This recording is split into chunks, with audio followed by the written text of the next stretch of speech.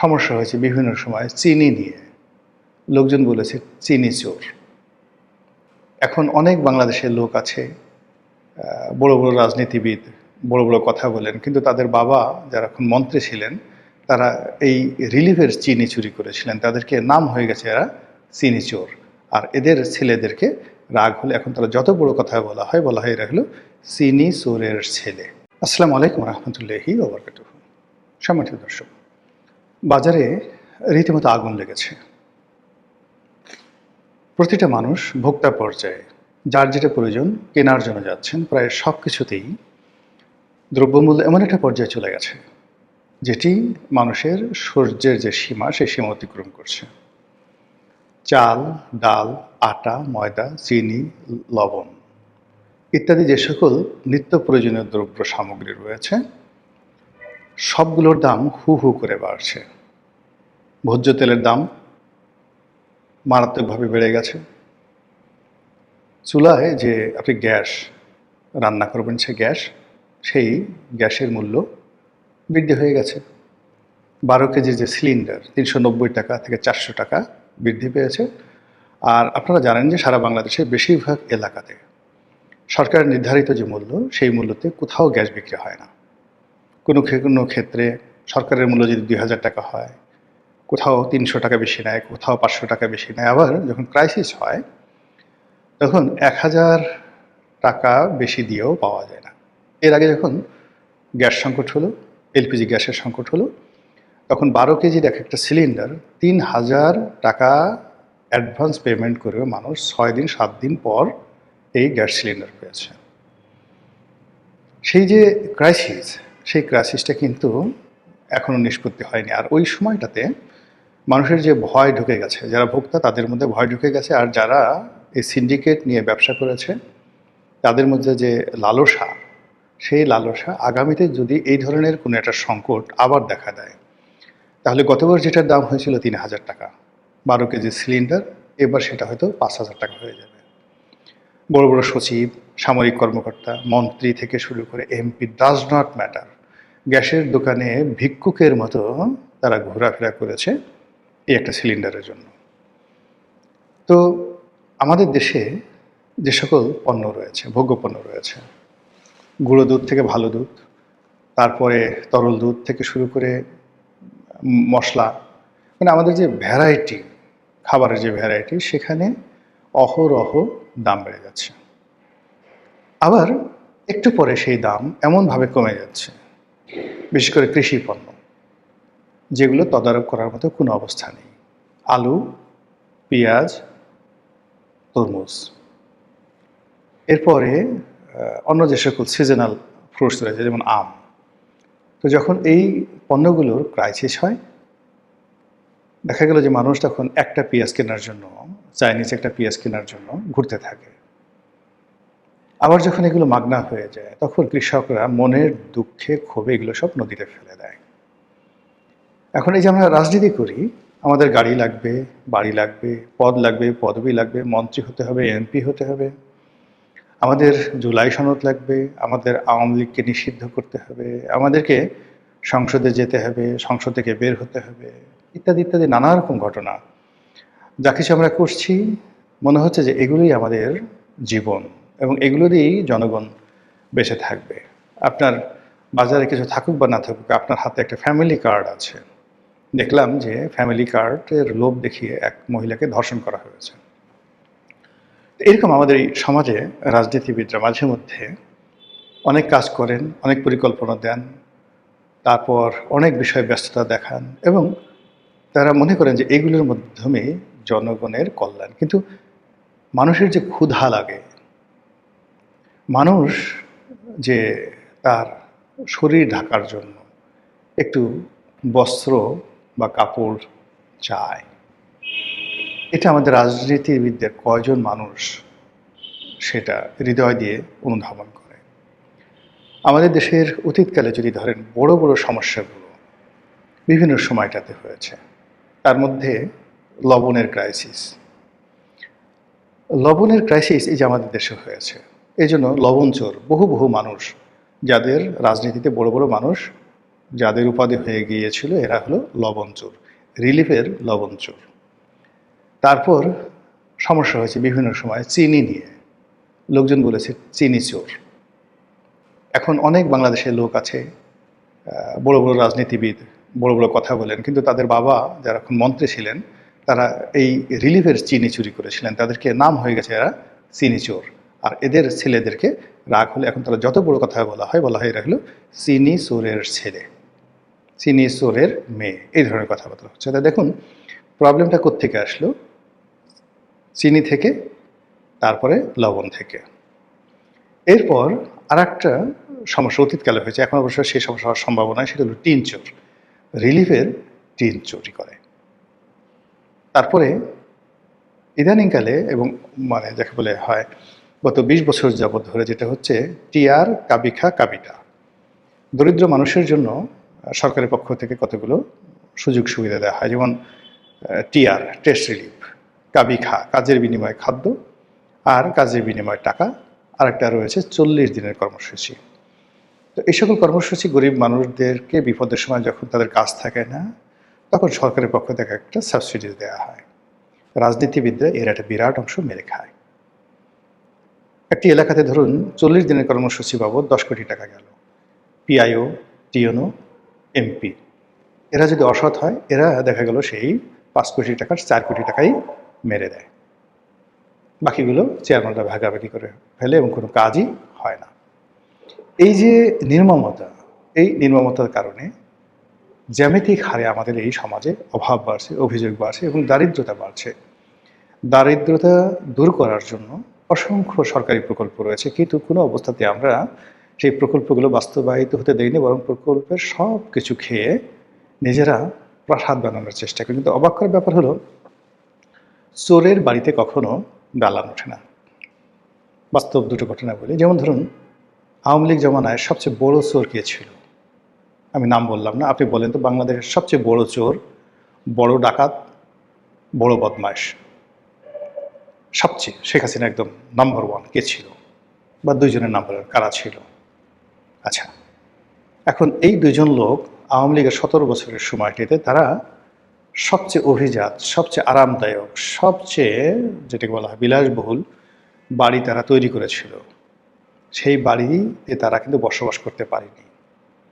বাড়িতে যখন উঠবে ঠিক সেই সময়টাতে সাদ্দাদের বেহেশতের মতো বাড়িতে যখন পা দিবে তার আগে শেখ হাসিনার পতন হয় এবং পাবলিক জনগণ তাদের বাড়ি ভেঙে চুরে চুরমার করে বাথরুমের যে কমোড বেসিন পর্যন্ত খুলে নিয়ে গেছে। তাহলে এই যে চোরের বাড়িতে যে দালান উঠে না, গিয়ে দেখেন আওয়ামী লীগ জামানাতে যে সকল মন্ত্রী এমপি যারা হারাম টাকা দিয়ে গ্রামে শহরে প্রাসাদ বানিয়েছিল, গিয়ে দেখেন তো একটা প্রাসাদ আছে নাকি? একটা প্রাসাদ নেই। কিন্তু তারপরেও দুর্নীতিবাজরা কিন্তু আবার এখন নতুন করে, নতুন সরকারের দুর্নীতিবাজরা তারা প্রাসাদ বানানোর চেষ্টা করছে। যেটা বলছিলাম বাজারে আগুন, সে আগুন সর্বত্র ছড়িয়ে পড়েছে, মানুষের আয় বাড়েনি, যে যার অবস্থানে আছে তা সেখানে কারো বেতন বাড়েনি। একটা সিঙ্গেল লোক গত 2 বছরে তার বেতন বেড়েছে, ভাতা বেড়েছে, বড় কোনো সফলতা দেখিয়েছে, নতুন একটা শিল্প প্রতিষ্ঠান তৈরি করেছে, গত 2 বছরে একটা সিঙ্গেল উদাহরণ নেই।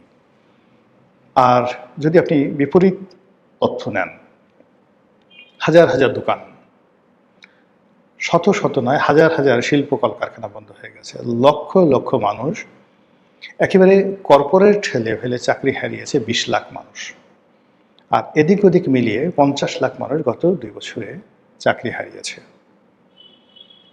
অন্তত এই 50 লাখ মানুষ যারা চাকরি হারিয়েছে এর বাইরে প্রায় 1 কোটি লোক বাস্তুচ্যুত হয়েছে গত 2 বছরে।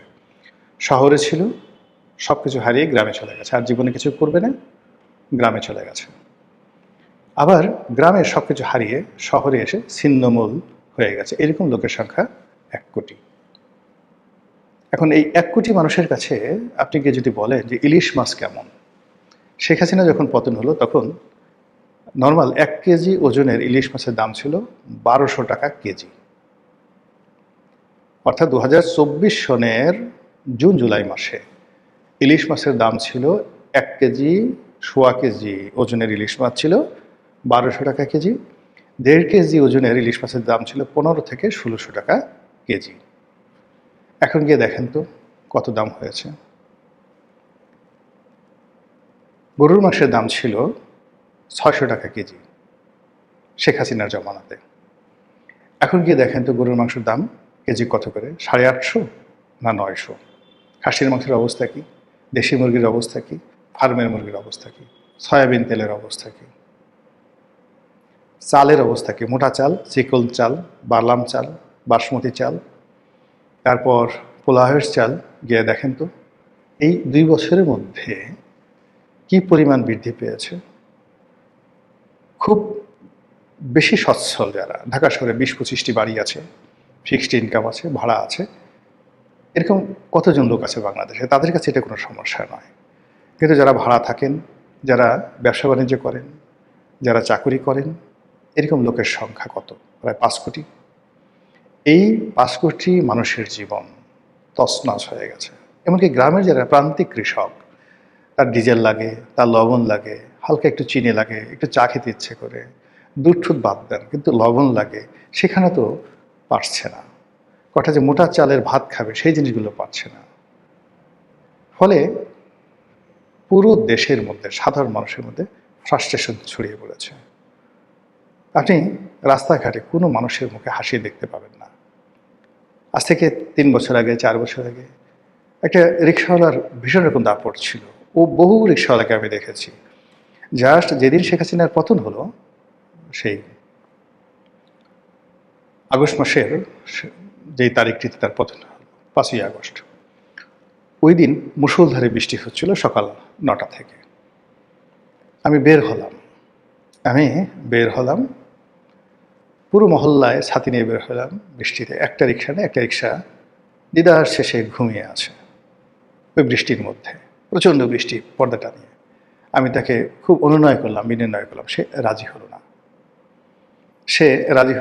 তার কাছে মনে হলো এই বৃষ্টির মধ্যে সে ঘুম দেবে। আমি তাকে 1000 টাকা দিতে রাজি ছিলাম, আমার বাসা ঢাকা কলেজের পেছন থেকে সেই তৎক্ষণা রোডে যাওয়া পর্যন্ত।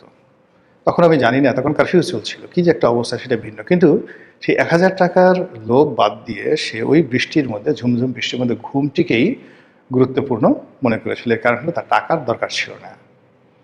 কিন্তু আজকে আপনি রাত 3টার সময় কাউকে মাত্র 100 টাকার কথা বলেন যে তোমাকে 100 টাকা দেবো, সে সমস্ত কাজ বাদ দিয়ে আপনার কাছে চলে আসবে। সাভার অঞ্চলে গিয়ে দেখেন, আমি সাভারে আমার একটা বাংলো বাড়ি আছে, তো সেখানে আমি 3 বছর আগে বুয়াই রাখতে পারতাম না, বাসায় আসতো। তো আসার পর দেখা গেল যে আমি 5,000 টাকা 6,000 টাকা শুধু ঘর মোছার জন্য একটা বুয়া নিতাম। তো বলো যে এত বড় বাড়ি, এই 8-9 হাজার স্কোয়ার ফিট এই বাড়ি হবে না, মোছার জন্য 10,000 টাকা দিতে হবে। এখন এমন অবস্থা হয়ে গেছে, মধ্যে আমি তো এই আমার যে বসুন্ধরার বাড়িতে উঠেছি, তো এখন আর সাভারে যাওয়া হয় না। কয়েকদিন পরে একটু ঘর পরিষ্কার করতে গেলাম, শুধু শুনেছে যে সাহেব আসছে, সারাদিন কাজ করবে, 100 টাকা 200 টাকা দিলেই তারা কাজ করবে। বারাসার সামনে এসে 10 জন মহিলা দাঁড়িয়ে আছে। আমার স্ত্রী জিজ্ঞাসা করলো যে কি ব্যাপার, কি তোমাদের তো পাওয়া যেত না, তোমরা কারা? বলে যে আমরা আগে বিভিন্ন গার্মেন্টসে চাকরি করতাম, আমরা গত 3-4 মাস যাবত বেতনও পাচ্ছি না, চাকরিও চলে গেছে, কোনো গার্মেন্টস চলছে না, অনেক গার্মেন্টস সাভারে বন্ধ হয়ে গেছে। এক জায়গায় 20 লাইন ছিল, এখন 3 লাইন চলতেছে। পাগল হয়ে গেছে কাজের জন্য, পাল্লা দিয়ে মানুষের দাঁড়ে দাঁড়ে ঘুরছে। এটা গেল কাজ। আর যারা অন্য কাজ করছে, এখন দেখেন ঢাকার শহর থেকে শুরু করে পাড়া মহল্লা সাভার বিভিন্ন এলাকাতে এত ব্যাপক মাত্রায় পতিতাবৃত্তি বেড়ে গেছে যেটা আপনি কল্পনা করতে পারবেন না। আর সেই পতিতাদের যারা খদ্দের, ইয়াং ছেলে, বাপের টাকা পয়সা চুরি করছে, আর যারা সেটা পারছে না, তারা রাস্তায় চুরি ডাকাতি ছিনতাই করে তারা এই যৌন লিপ্সায় নিয়োজিত হয়ে পুরো সমাজটাকে রসাতলে নিয়ে যাচ্ছে। একটার সঙ্গে আর একটা চেইন। আমি যে এলাকাতে থাকি বসুন্ধরাতে, এটা বাংলাদেশের মধ্যে সবচেয়ে একটা সুরক্ষিত এলাকা। আর বসুন্ধরার মধ্যে আমার যে এলাকাটা, আমার যে বাসা, এই যে আমি এখন আমার বাসায় বসে আমি এই ভিডিওটা করছি, তো একটু লক্ষ্য করলে দেখতে পারেন যে আমার পেছনে একটা মসজিদ আছে, বড়েশ্বর একটা মসজিদ আছে, আমি সেখানে নামাজ পড়ি। তো এক শুক্রবারে এই 2-3 রোজার মাসেই বোধ হয় ব্যাপক হারে কয়েকশো জুতা সেখানে চুরি হয়ে গেল। অভিজাত এলাকা, মানুষ বিশ্বাস করে সেই জুতা সেখানে রেখেছে, কয়েকশো জুতা চুরি হয়ে গেছে। মসজিদ কমিটি, ইমাম, খতিব, তারা সবাই বিব্রত। সবাই আমার কাছে আসছে যে কী করা যায়। এখন এটা কিভাবে আপনি বন্ধ করবেন এত অবস্থাতে? তখন মসজিদ কমিটির যে সভাপতি, বয়স্ক মানুষ, তিনি বললেন যে স্যার কি বলবো, মসজিদের সামনে একটা দান বাক্স আমরা সিমেন্ট দিয়ে তৈরি করেছি লক করে, সেই দান বাক্স ভেঙে তারপরে সেখান থেকে চোরেরা রাতে চুরি করে নিয়ে গেছে। অভাব এমন পর্যায়ে চলে গেছে, সেই অভাবের শব্দ যদি আমাদের রাজনীতিবিদরা শুনতে পান তবেই দেশের কল্যাণ হবে, আদারওয়াইজ এই জিনিসগুলো বাদই থাকবে। মহান আল্লাহ আমাদের সবাইকে হেদায়েত দান করুন এবং হেফাজত করুন। আসসালামু আলাইকুম ওয়া রাহমাতুল্লাহি ওয়া বারাকাতুহু।